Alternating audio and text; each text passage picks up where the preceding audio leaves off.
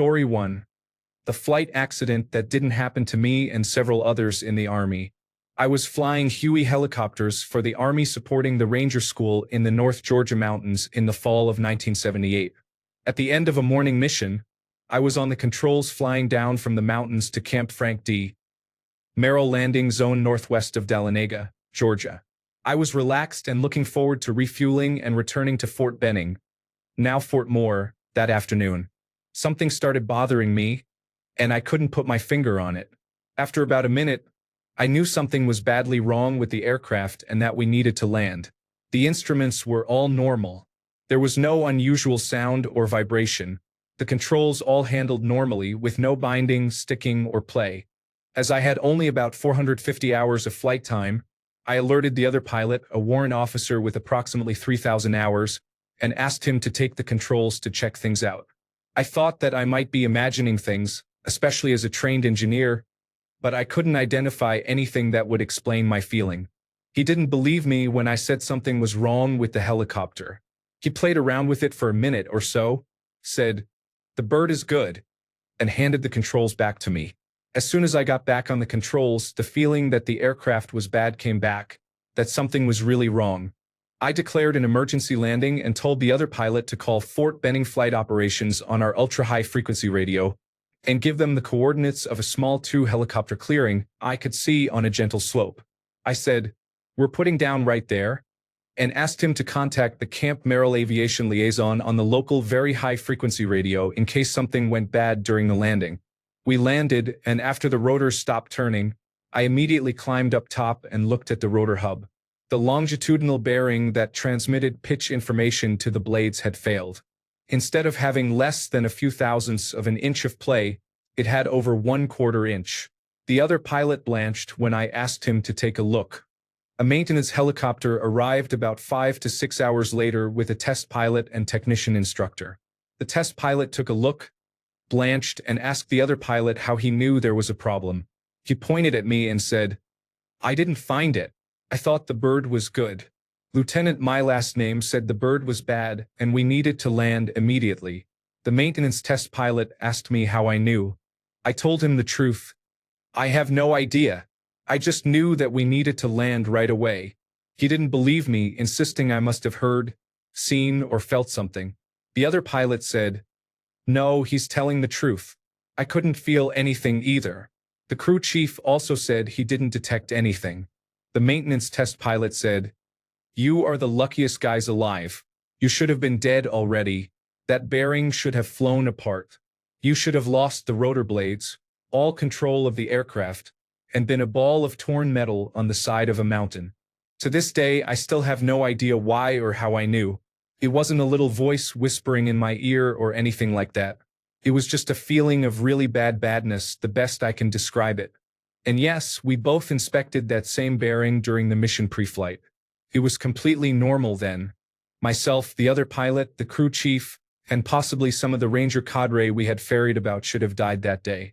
We didn't, for no reason that I can put my finger on, even now. Story 2.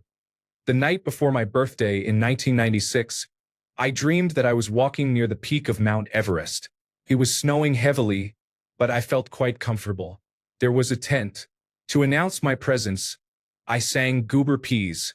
The 2 men inside were frightened, and I tried to calm and cheer them. I stayed with them for a while and comforted them. A few years later, I read about the Everest disaster in which mountaineers had to pitch a tent too high on Mount Everest and died there the night before my birthday in 1996. I can't explain it, but I hope I comforted them. Story 3. In 1989, I was driving on a familiar rural highway in broad daylight. I was rounding an easy bend and shocked to see a small town on the right side of the road. There was a sign, St. Vincent. A few immediately noticeable things were a shop called Webster Welding, an old-fashioned horse-drawn water pump for firefighting, several large poplars with dead tops, and black and white painted rocks along the street facing the highway. I kept watching in the rearview mirror, and it stayed visible. I drove a few miles and saw a gentleman waving at me from beside his car. He was obviously broken down, so I pulled over. A quick chat revealed he had blown a tire and wrecked his rim. He asked if I would drive him back to the town. No problem. And he got, and off we went. The town was not there. It was a dusty Alberta crossroad. This fellow and I just sat in my truck in silence. I raised an arm and my hair was standing on end, his too. He said, "All the trees were dead. Are we dead?" Eventually, I drove him to a nearby town. He simply got out of the truck and walked away.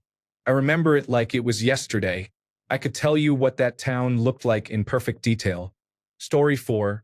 We were playing team tag at night in middle school. A friend and I were hiding near a bush around a tree. Suddenly, something in the bush moved, and we assumed it was an animal. We threw a stick into the bush, and it came flying back out.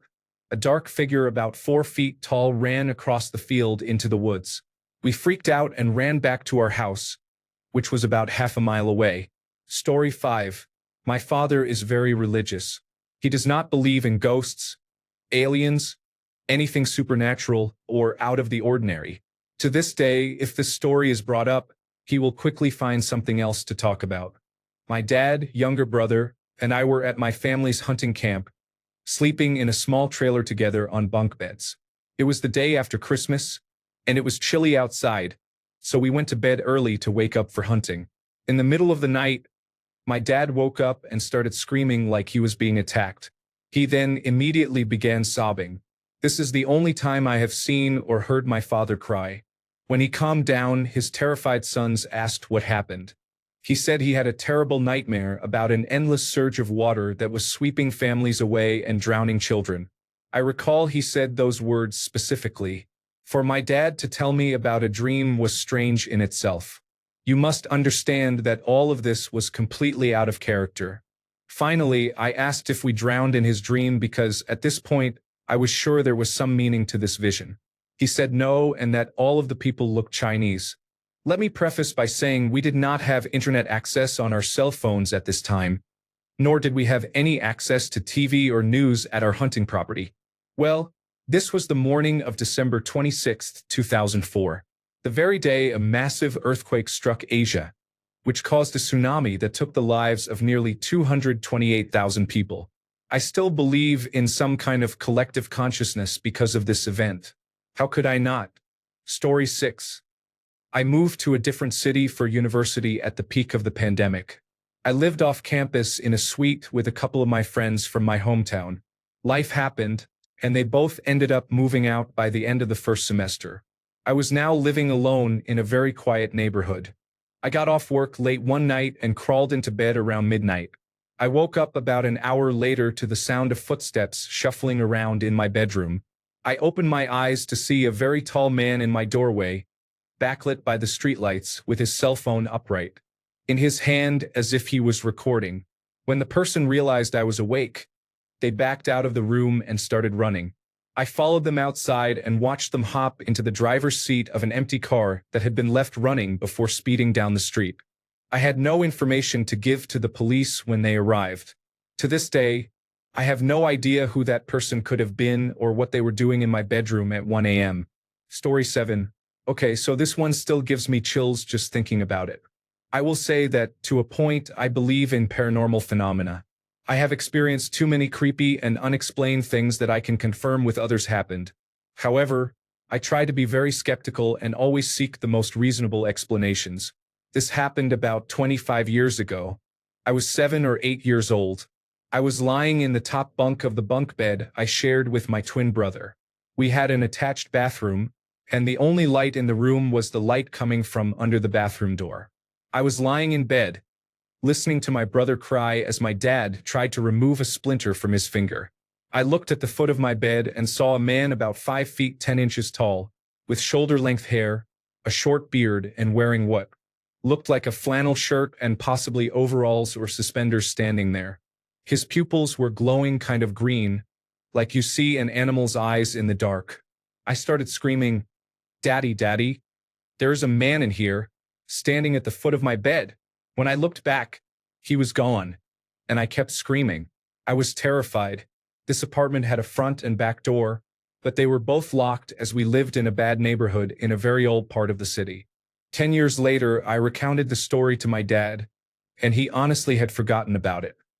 He did say, and he had not told me when I was younger, that from time to time he swore he saw a man who matched that description, minus the glowing eyes, in the apartment late at night. My dad searched the apartment a few times after seeing him, but there was no trace of how he came in. Often, he would follow the man to a closet, and the man just disappeared. Story 8. I lived in a small one-bedroom basement flat.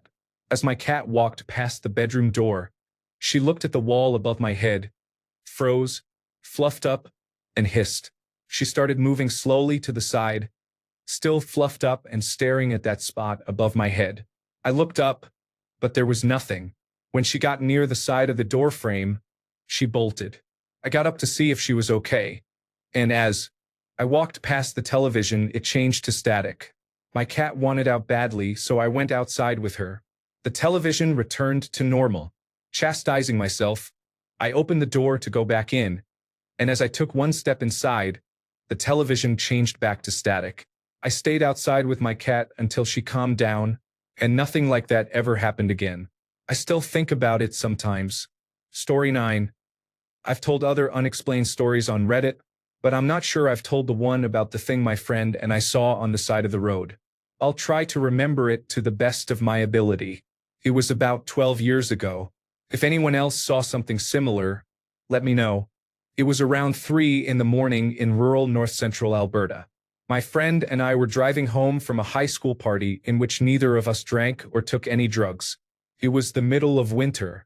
In Alberta, this means it was very cold outside. That night, the temperature was below -30 degrees Celsius. The whole way home, my friend and I were chatting about the usual things. What happened at the party, the boys we liked, and so on. While most teenage girls are chatty, this friend in particular was a chatterbox. Mostly, I would listen and just react to whatever she said. Because she did most of the talking and didn't require much input, I'd zone out sometimes, looking out the window. We were about 5 to 7 minutes outside of town at this point, taking the highway, probably going 75 to 90 kilometers per hour. Using an online calculator, that puts us around 6 to 7 kilometers outside of town in a sparsely wooded area with no open surfaces. As we rounded a corner, I was zoning out listening to my friend talk when, through the windshield, I noticed glowing eyes off the side of the road. The headlights did not fully hit whatever it was. The eyes were greenish yellow. This would be normal, but these eyes were about 7 to 8 feet above the ground. At first, I thought it was a hiker or someone walking back to town, but their eyes wouldn't glow and no one would be walking that far from town or any houses when it was that cold and late outside. This was a town of less than 1,000 people. As we drove closer, the thing appeared to have goat-like legs, was very heavy-set, and stood on 2 feet. Its arms dropped down by its sides like a person's, and it appeared to have some kind of dark clothing on the top half. It had something like goat-like horns that curved upward.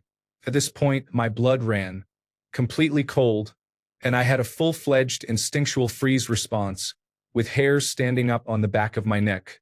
I remember hearing my own disembodied voice think, "I shouldn't be seeing this. This is wrong." I even teared up. We passed it relatively quickly, and I couldn't stop thinking about what it was. My perception of time was kind of weird after that due to panic. But now, the lights of town were in front of us, and I realized my friend wasn't talking anymore. I turned to my friend and sheepishly said, with tears still in my eyes, "Sorry, what were you saying? I must be going crazy, but I thought I saw something back there." She said, No, it's fine. I saw it too. Did it kind of look like a goat?" So she saw it too. We had no idea what it was. We both come from hunting families, and I know the easiest critique is that it was an elk or moose standing on its hind legs. But the arms of an elk or deer don't just fall beside the body. They buckle outwards a bit. Regardless, it seemed human-like in its stance and was very heavy-set. Then you'd think, oh, it was a bear. But it had horns and curved back legs. I assume moose would be the same as elk or deer, but I've never really seen a moose standing ambivalently, typically just when they fight. Even our responses were odd. You'd think, given scary movies, you'd immediately flip out and react. Both of us kind of just got entranced and terrified for a while, blood running cold. While my friend and I don't talk anymore, we talked about it a few times in the years we were still in contact. She continued to refer to it as the goat thing. Story 10. It's not quite unexplained. I slept with a radio on low as a kid because I was afraid of train whistles in the nearby rail yard. As I aged, it turned into reading books with the light and radio on until I fell asleep. I am autistic and have a disrupted sleep schedule. My parents were fine as long as I did something quiet if I couldn't sleep. One day I spilled water on the radio. The radio broke in an odd way. It received all kinds of strange signals, including radio stations that were definitely not from my home country. I was too young to fully understand it all. Then, a very strange sound started. It was a slow sound like someone improvising on a keyboard, but the notes were very random. It was very loud, and the longer it went on, the more I realized it wasn't a song. It was not a song, and it was not anything I was supposed to hear. It sounded very forbidden, and being a child with an active imagination, I wondered if it was aliens. I woke my mum to look at it. She was baffled and said I should either try to tune to a different station or turn the radio off. I did, and I got a lot of strange interference the next night and thereafter, but not that specific sound. I got a new radio for Christmas that year. The incident stayed in my mind. Around 2012, I read an article about unexplained sounds. I read something that seemed similar to what I heard. It was not aliens. It was a Russian number station for communicating with spies, specifically a type called a slow polytone. Each note I heard was part of a coded message. Now I listen for these regularly as a major hobby, and have gathered a lot of journals and knowledge on the subject over the years. Story 11. I was out with my former roommate on a night drive. We like to go driving and get lost in the countryside sometimes, just jamming out to music and talking. We lived in central Illinois at the time, so it was mostly open land and cornfields. It was very dark, so we couldn't see much beyond the sides of the road and what was in front of us. My roommate was driving, and at this point we had the music off. She suddenly stopped mid-sentence. I had been looking at my phone, so I looked up at her when she got quiet. Her eyes were wide and her brow furrowed. I looked up at the road. On the left side, there was a man staring ominously into the darkness. Not even half a block later, there was another doing the same thing. And another. About 10 seconds passed, and we saw another man, facing the road but still on the left side, staring into our headlights with a blank, almost psychotic expression. My blood ran cold and I couldn't explain why. It was so unsettling even though they were just people standing out there. After passing all of them, my roommate suddenly said, "What was that?" I said I had no idea but wanted to go home. I'm sure there's some plausible explanation, but that night still makes me shudder for some unforeseen reason. My roommate was creeped out too. There weren't any houses out there, just fields with a few patches of trees. No farm equipment, no mailboxes, cars, or driveways. Just empty darkness and fields. It was like something out of the Twilight Zone. Story 12. This was not scary, but it is unexplained. My first husband and I were separated at the time. I dreamed one night he arrived at our home and knocked on the door. When I opened it, he looked extremely tired and like a sunken version of himself. Even though he did not say it, he was asking for forgiveness with his eyes. Of course, I forgave him and welcomed him inside. Our favorite thing to do was to lie in bed and talk for hours, so we lay in bed and began our conversation about nonsense. As we talked, the window at the foot of our bed was glowing a bright, warm light, not blinding but comforting. As we continued, the light became brighter and brighter until it engulfed us both in its warmth. I woke up and could not get back to sleep. About an hour later, my husband's mother called me hysterical and told me he had been murdered an hour before. I realized then that he had come to see me to ask for forgiveness before he passed over. He was a drug addict and hid it from me for years, which caused our separation. He was in a bad location, and a person there took his life. But I take comfort knowing I was with him when he passed. Story 13.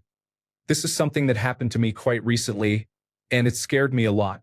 I live alone in my apartment, and I am a fan of horror games.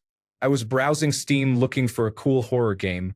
I put on my headphones and watched multiple trailers. Eventually, I came across a game called Horror in the Hood. I I looked at the page and watched the trailer. Here is where the creepy part begins. Near the end of the trailer, there's a very creepy voice saying something like, "Can you help me? Please?" 1 second, literally 1 second, after I watched it, I clearly heard an old male voice from outside my headphones, muffled, saying, "I can help, haha," from my hallway behind me. Especially the laugh was creepy. Needless to say, I threw off my headphones and immediately looked behind me, only to be greeted by the dark hallway. I stared into it, slowly grabbing my ruler from my desk. After moments that felt like an eternity, I stood up. I slowly moved toward the hallway while grabbing a small flashlight from my nightstand. I flashed the hallway from a distance, but there was nothing. To give light to the hallway, I had to go into it and turn on the switch there, which was very creepy to do. Of course, there was nothing there at all, but it still creeps me out. I left the lights on everywhere that night and still keep the light in the hallway on when I am on my computer now. 2 days after this happened, I went back to watch the Horror in the Hood trailer to make sure that the phrase, "I can help, haha," was not in the trailer and that I had not made a mistake. It is not in the trailer. It gives me the creeps just typing this. Story 14. When I was a kid in 2003, I had the Nickelodeon Time Blaster alarm clock radio, which I bought from a thrift store. It was cool but annoying, and I didn't really listen to the radio much or need an alarm at 10 years old. So I kept it unplugged on my dresser just as decoration. One night, as I was trying to fall asleep, it said, "Good night, Jimmy." Clear as day, but in that very distinct 1990s clock radio sound. It was right beside me, too, completely unplugged. I wasn't sick or overtired or anything. I have never experienced hearing voices since. Being so young, I tried to pass it off as some cute Jimmy Neutron feature or a battery malfunction, but those clocks were made around 1996. It made a lot of annoying sounds, but not like that. And my name is not Jimmy. Story 15. My friends and I went exploring in the caves in Lilydale as teenagers. They were and still are rumored to be haunted, but no one knew it at that time. We were about halfway in when this happened about 25 years ago. We were telling stories and laughing when we heard a faint clinking noise ahead. My friends were curious, so we decided to go further. As we went deeper into the cave, we saw a light ahead but could not make out where it was coming from. We started to see a figure, but it wasn't moving. We slowly approached, and it appeared to be an old man mining, wearing dirty overalls, a dirty white shirt, and a dirty yellowish hat. His sleeves were rolled up, and he had a long beard. One of my friends yelled out, "Boo!" and he turned toward us and started running after us. He appeared to be about 50 to 60 years old, but he didn't move like a man.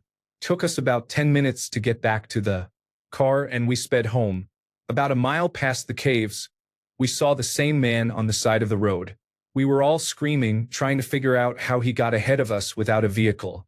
We have only talked about that night a couple of times, but we are all convinced we saw a ghost or supernatural being. Story 16.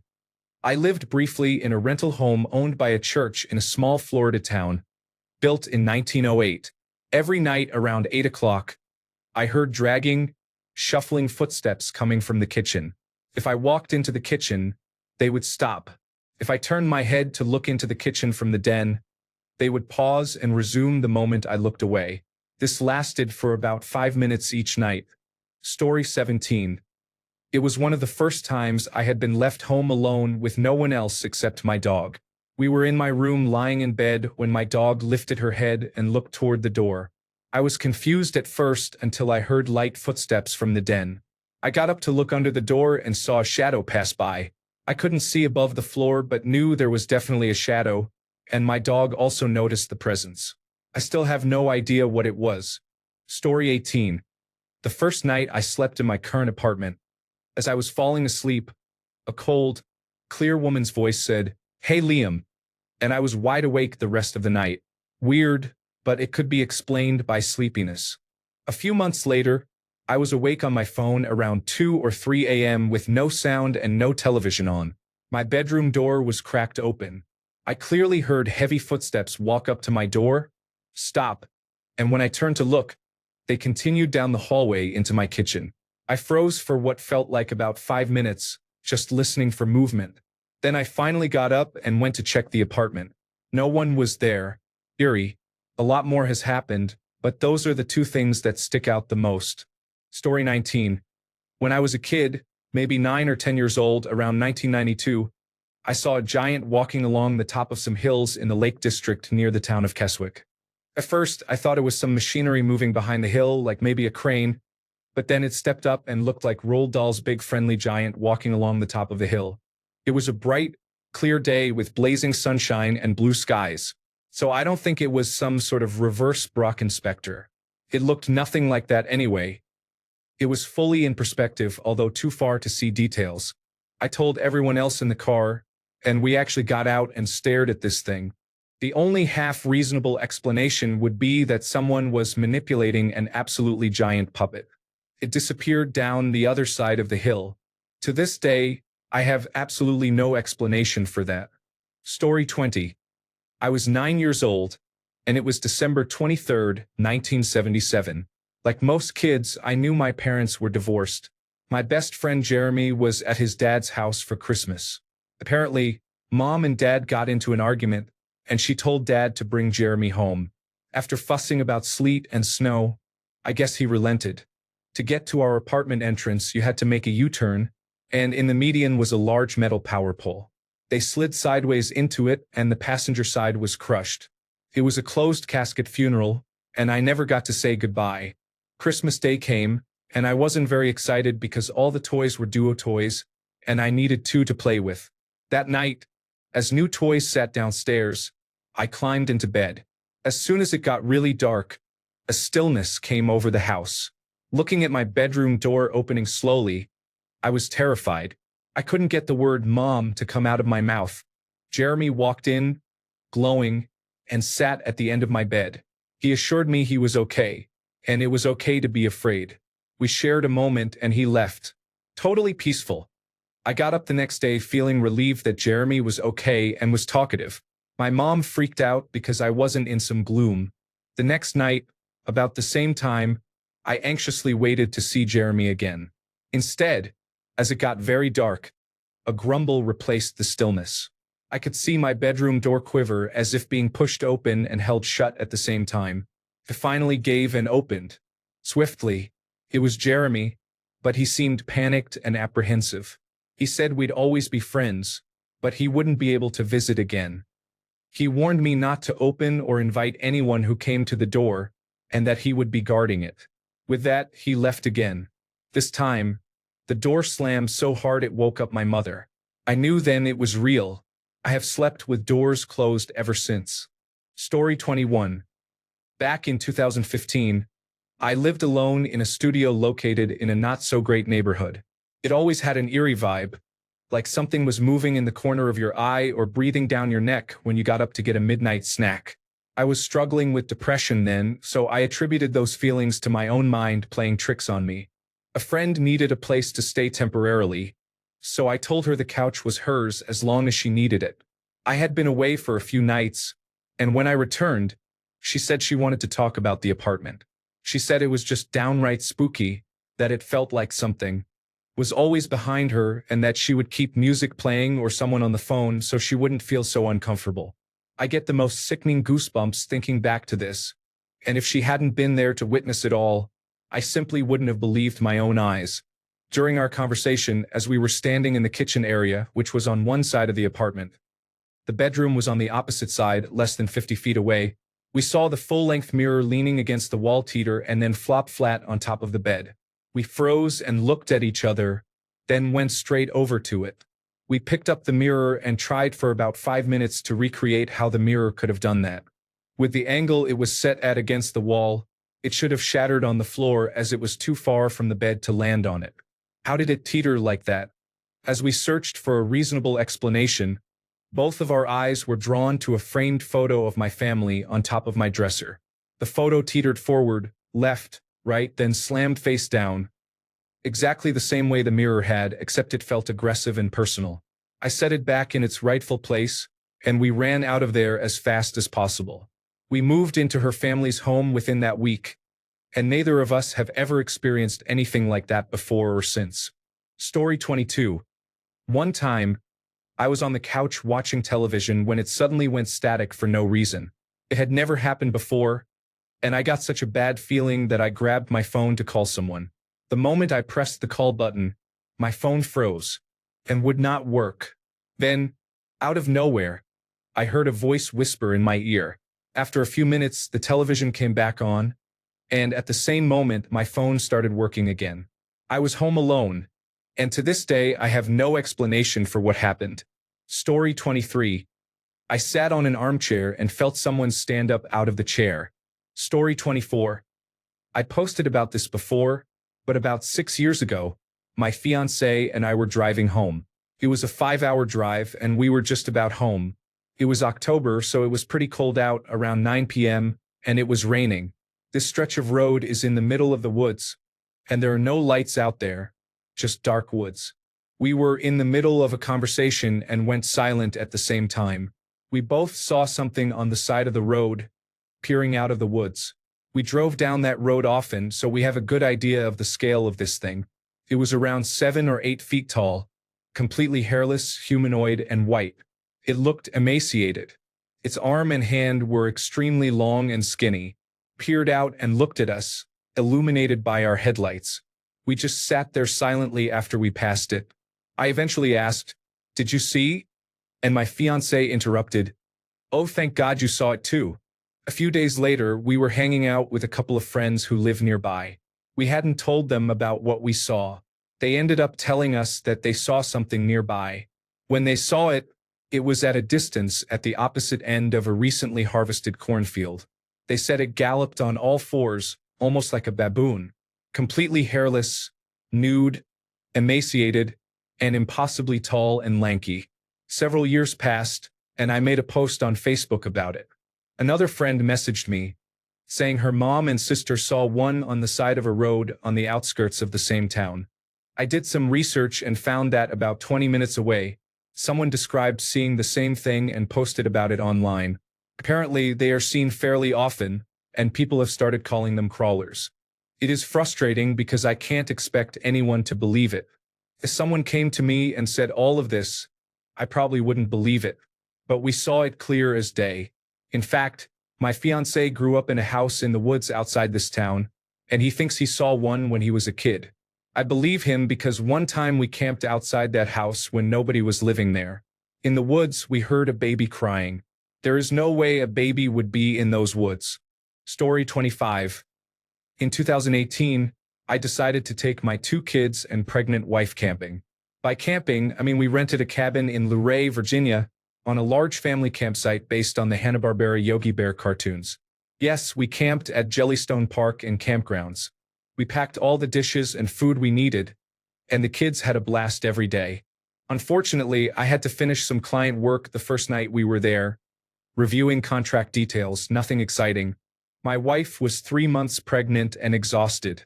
She and the dog went to bed in the master bedroom while I continued working from 11 p.m. until about 1 a.m. The kids were asleep in a bunk bed in the upstairs room. I fell asleep alone on the futon around 1 a.m. Then I woke up at 1:45 a.m. when one corner of the futon was being shaken up and down, like when an angry parent wants to wake a sleeping teenager. I woke up and asked what was wrong. No one was there. The place was dark, my wife's bedroom door was locked, and I did not want to wake a pregnant woman. The kids were still sound asleep, and they had a night light on. I went back to the futon and fell asleep around 2 a.m. I woke up at 3:35 a.m. to the exact same situation. This time the bed was still shaking when I woke up, so I knew I was not dreaming. There was no one there again. I looked around and checked all the doors again. Everything was still locked. I looked under the futon for anything, an animal, mice, a pipe, a vent, or anything else that could have caused the vibration. I figured the air conditioning unit must have made the futon shake, and then I fell asleep. At 8 a.m., when I took the dog for a walk, I noticed all the pipes, electrical wiring, and the air conditioning unit were on the opposite side of the cabin from where I slept.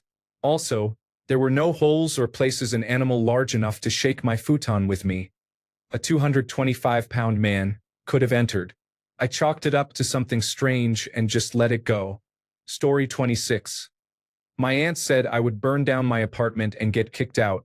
She was unpleasant. On the first night, my fire alarm went off at 3 a.m. I did nothing. There was no smoke and no fire. Apparently, it just does that sometimes. It was small but strange and worrisome.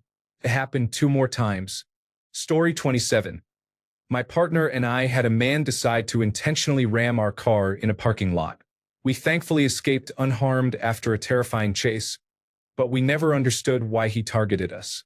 We were just minding our own business, trying to leave the lot. We still occasionally discuss it years later, but it makes no sense at all.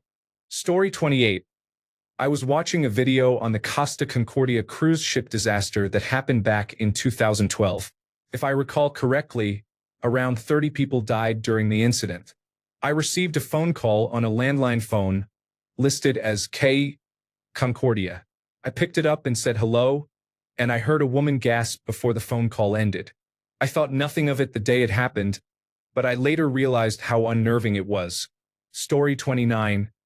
I was always a skeptic, but I genuinely cannot explain the things that happened in my parents' home. I think the craziest one was one night when my dad and I were watching television in his room.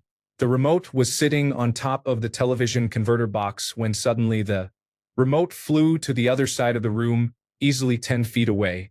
It did not fall on its own, and the television switched to just static.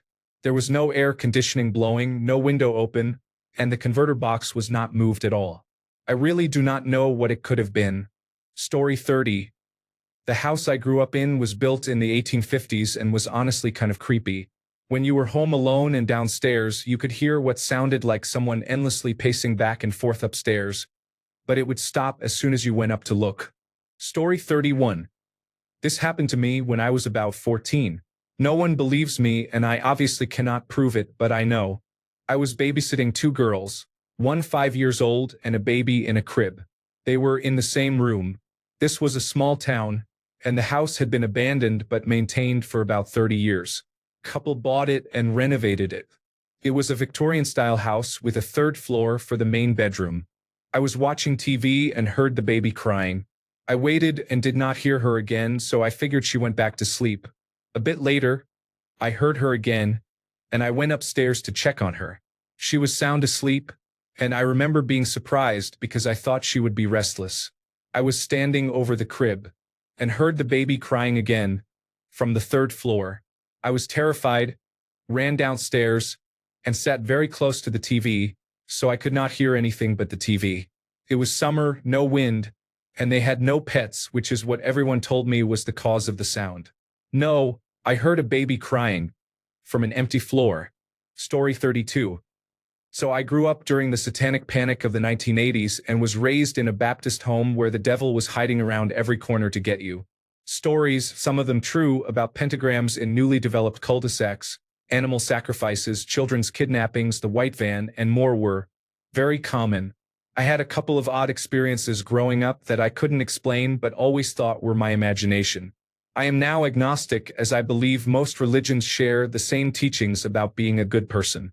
I do feel like there is darkness in the world that can't always be explained. In my early 20s, about 20 years ago, there was a group of us who rented 3 apartments all in the same building, and weekly hangouts were a thing with drinking, smoking marijuana, and occasional other substances for the party. We all got to know each other really well, and after about a year and a half we were all relaxing upstairs in the top floor apartment. It was midday on a Saturday and it was too early for smoking and drinking. We were just playing some original Nintendo Super Mario games and PlayStation 1 games. One of the women was getting bored and asked if we wanted to play the Ouija board that was on the bookshelf. We all said why not and gathered around the coffee table. We played for a while, asking all kinds of questions about what our parents were doing, what their names were, how old they were, and more. One of us asked if demons were real and the board responded yes. He then asked for proof in a way that we could understand. Suddenly, the entire house shook violently, like a large truck ran into the side of the building over and over. Bang, bang, bang. It went on for a couple of minutes and all of us were freaking out. We immediately put everything away and went outside. I have never been as sober as we were in that moment, like reality had been peeled back for the first time. We checked with one of the guys in the bottom floor apartment and they hadn't heard a thing. I don't know if it was a group delusion or if it was real. I will say I have never touched another Ouija board again. To this day, I can't reconcile my understanding of the world with those events. Story 33. A few years ago, when I was in my mid to late 20s, I was still living with my parents. I would stay up pretty late on the weekends because that was the only time I had to myself and did not have any responsibilities for the morning. The living room was cozy and located off the kitchen. It was around 2 or 3 a.m. I know that is the witching hour or whatever, and it makes sense because it is so quiet in the dead of night. It was pretty dark, but I could make out some things in the room. I either had the television on or the main light on the lowest setting. Probably just the television light or the fire still going a tiny bit, so it was fairly dark. I saw a dark cloud move, basically from about 6 feet from the foot of the couch where I was sitting toward the kitchen. I saw it for just 1 second, maybe 2, followed by a fairly strong garlicky smell for about 5 seconds. It did not really freak me out, though. I was just thinking, did I just see something? And what is the smell? For a moment or two. Story 34. I called my brother and said hello. A voice answered saying hello and continued a conversation we had just been having in person. I recognized the voice. It was mine. I said something like, "What?" And it responded by asking, "What?" Without thinking, I quickly hung up and called my brother's number again. I asked him what had just happened, and he said he did not know. He had answered the call, but it was just static from his end. Story 35. I have no idea what it was, a microseizure. I was doing my normal monthly hike, and suddenly I wasn't. Everything went white like a shock to my system. It could have lasted an eternity or a microsecond, but it shook me up pretty badly, and I just thought, what was that? Story 36. I had a dream where my cousin who passed away was flying with me, showing me his sister, my other cousin. We were both looking down on her. I love my cousin, but that dream creeps me out. Story 37. Shared this on an external thread a couple of years back, but thought it would be appropriate to post here too. Before I begin, I should clarify that this is not entirely my story.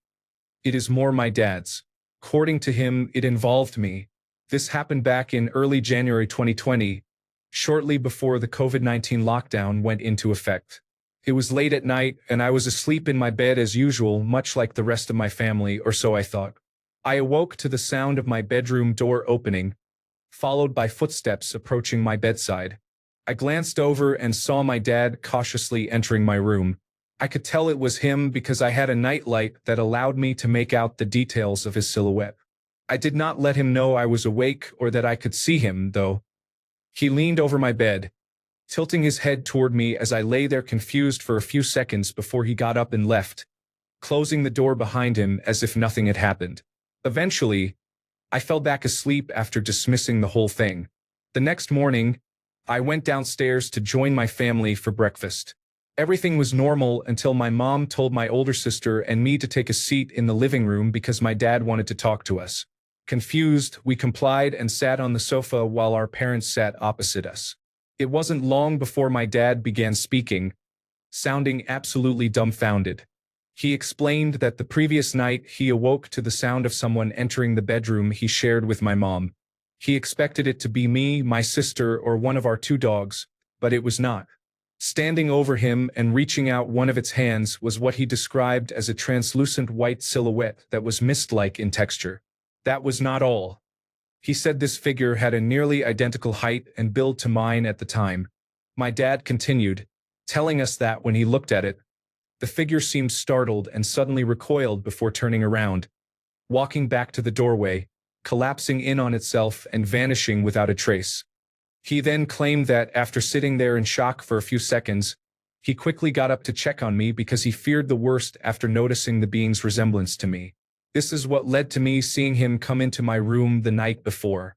We have never told anyone else in person except for my aunt, uncle, and cousins from my mother's side of the family when we visited them a few months later. Nothing like this has ever happened before or since, and no one else has lived in our house except for us. None of us can come up with any rational explanation for it, and my dad says he will go to his grave swearing he was not dreaming. Story 38. Not me, but my dad. He is not the type who believes in ghosts, also very stoic. I have never seen him flinch even once in my 33 years of being his son. About 10 years ago, he was on a business trip. We live in Thailand for context. He ended up staying in an old, sketchy-looking hotel, but it was late and he did not have much choice. He got his room. It was the furthest room from the elevator on the fourth floor. He took a shower, drank one can of beer, and fell asleep. It was around 9 p.m. At midnight, my mother received a phone call on her mobile phone. It was my dad. She picked up, but my dad did not say anything. She got worried, so she hung up and called him back. He picked up and said he was sound asleep and did not call her. He even checked the phone history, and there was no record of this outgoing call. Weird, but they thought nothing of it and both went back to sleep. At 2 a.m., in my dad's hotel room, he woke up to the TV turning itself on. He just turned it off. A few minutes later, there was a sound coming from the bathroom. The sound of the water tap turning on. He checked it out, but it was dry. This paranormal activity continued, and he was getting sick of it. He unplugged the TV, ignored everything, and went back to sleep until morning. I would say that was the most classic move in ghost stories. It is basically the most basic thing ghosts do in every story. But the funniest thing is, it did not click to my dad at all that it was paranormal. He told my mom the day after, that night was strange. Coming from a full-on haunted hotel room survivor. I believe him. He gains nothing from making that story up, and the way he told it was completely unaware of how ghostly it sounded. We never got a conclusion to the story, but it makes me chuckle every time to think that the ghost must have been really frustrated. I'm doing everything right. Why are you not scared of me? Thanks a bunch for sticking around till the end of the video. Remember to subscribe, and until next time, stay awesome and goodbye.